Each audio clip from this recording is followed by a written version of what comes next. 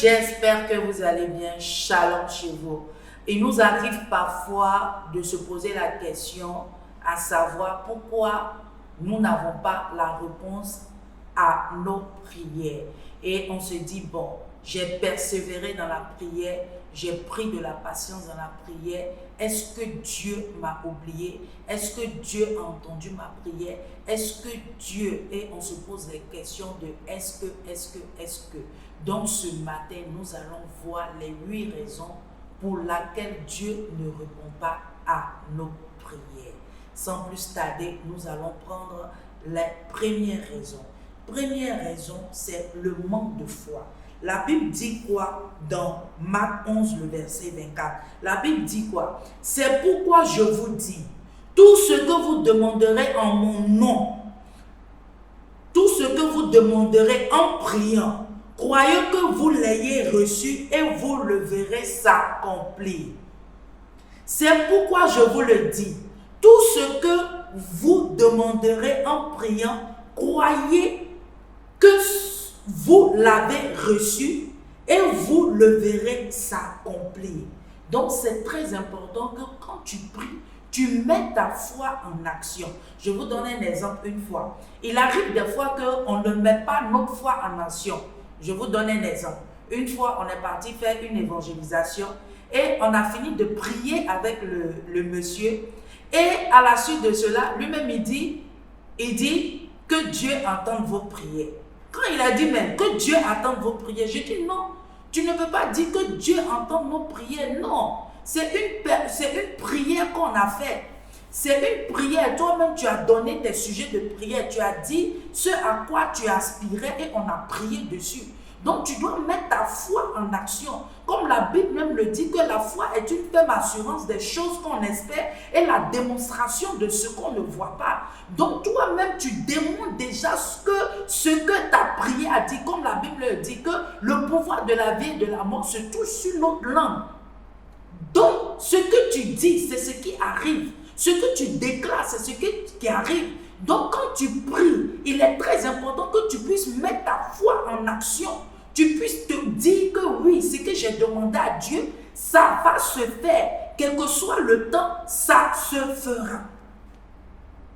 Et le deuxième point, peut-être tu es dans le péché. La Bible dit quoi? Dans Jean 9, le verset 31.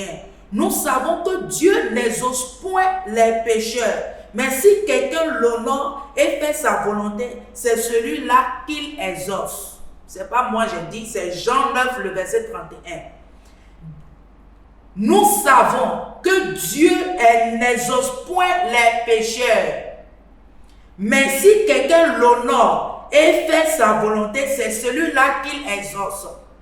Donc quand tu vas dans la présence de Dieu, sois une personne qui déjà commence à te repentir. Si tu sais que tu as menti, tu as fait des choses qui n'honorent pas Dieu, ne rentre pas dans la prière automatiquement. Non. Il est très important que tu puisses faire une prière de repentance. Répands-toi, demande pardon à Dieu pour tous tes péchés.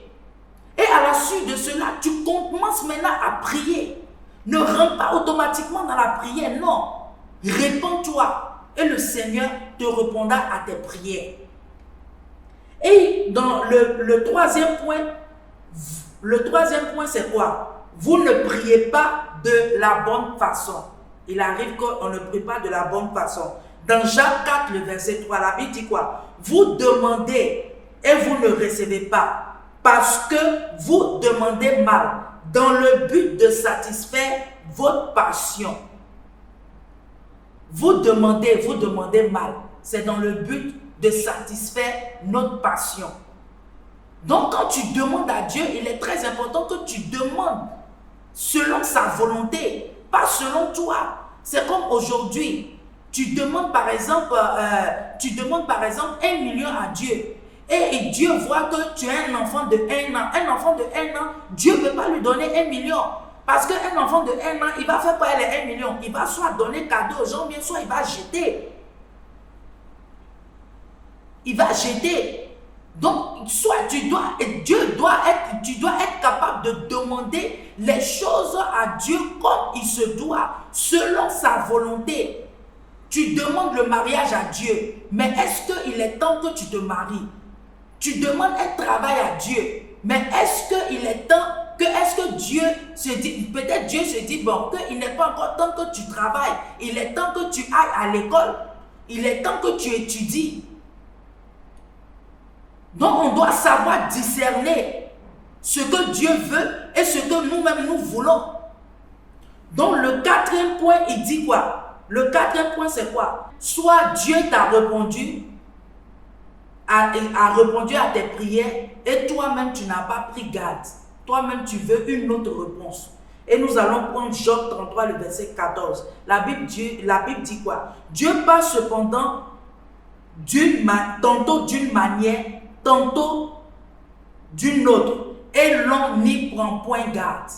Dieu parle tantôt d'une manière, tantôt d'une autre, et on n'y prend point garde. Donc ça veut dire que Dieu soit a répondu à ta prière, mais toi-même, tes yeux ne sont pas sur cette prière-là que Dieu veut pour toi. Toi, tes yeux sont sur autre chose. Et or, Dieu t'a déjà répondu. Donc le cinquième point, c'est quoi? Ce qu'on désire n'est pas sa volonté. La Bible dit quoi dans Romains 12, le verset 2? Soyez transformés par le renouvellement de l'intelligence, afin que vous discerniez quelle est la volonté de Dieu, ce qui est bon, agréable et parfait. Soyez transformés par le renouvellement de votre esprit.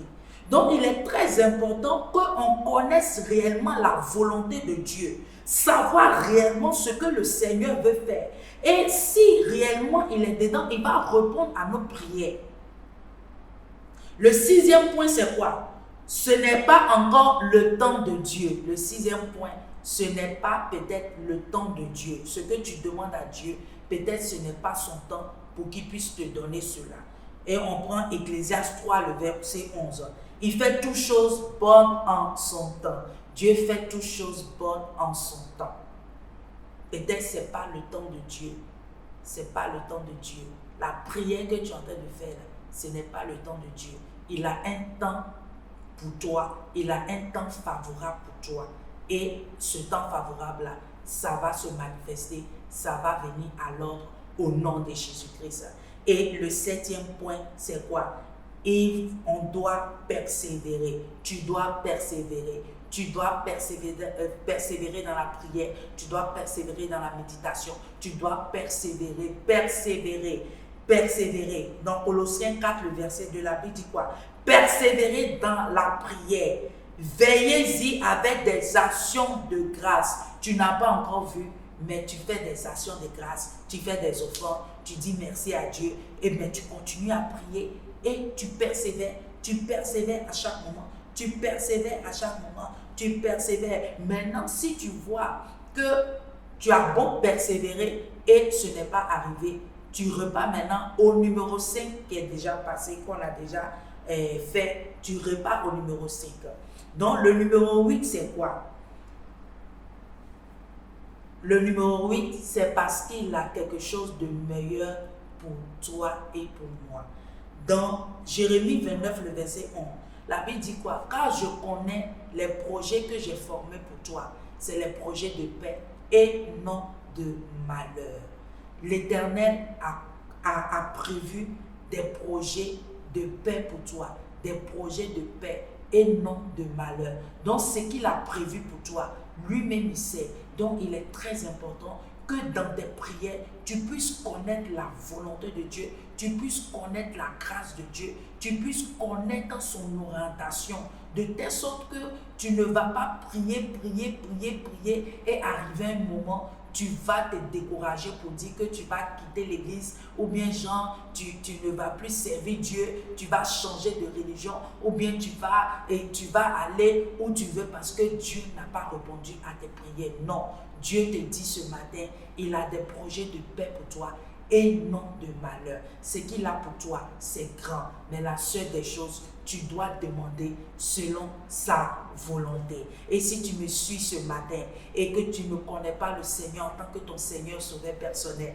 et tu veux faire la paix avec lui, ce matin, j'aimerais te dire que tu as choisi la bonne part. Tu as choisi la bonne part. Et tu vas répéter après moi. Tu vas dire, Seigneur Jésus-Christ, je viens à toi tel que je suis. Je sais que je suis un pécheur.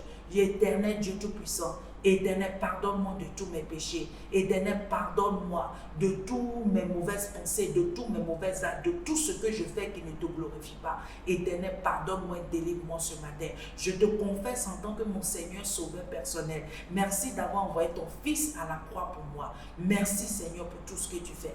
Au nom de Jésus-Christ, merci Seigneur, que l'honneur et la gloire te reviennent. Au nom de Jésus-Christ. Et si tu as fait cette prière, sache que l'Éternel est avec toi. L'Éternel répondra à tes prières. Tu sauras maintenant comment demander à Dieu. Demander selon sa volonté et non selon toi, tes passions ou bien selon toi, ton égoïsme. C'était Vie Glorieuse et à très bientôt. Soyez bénis.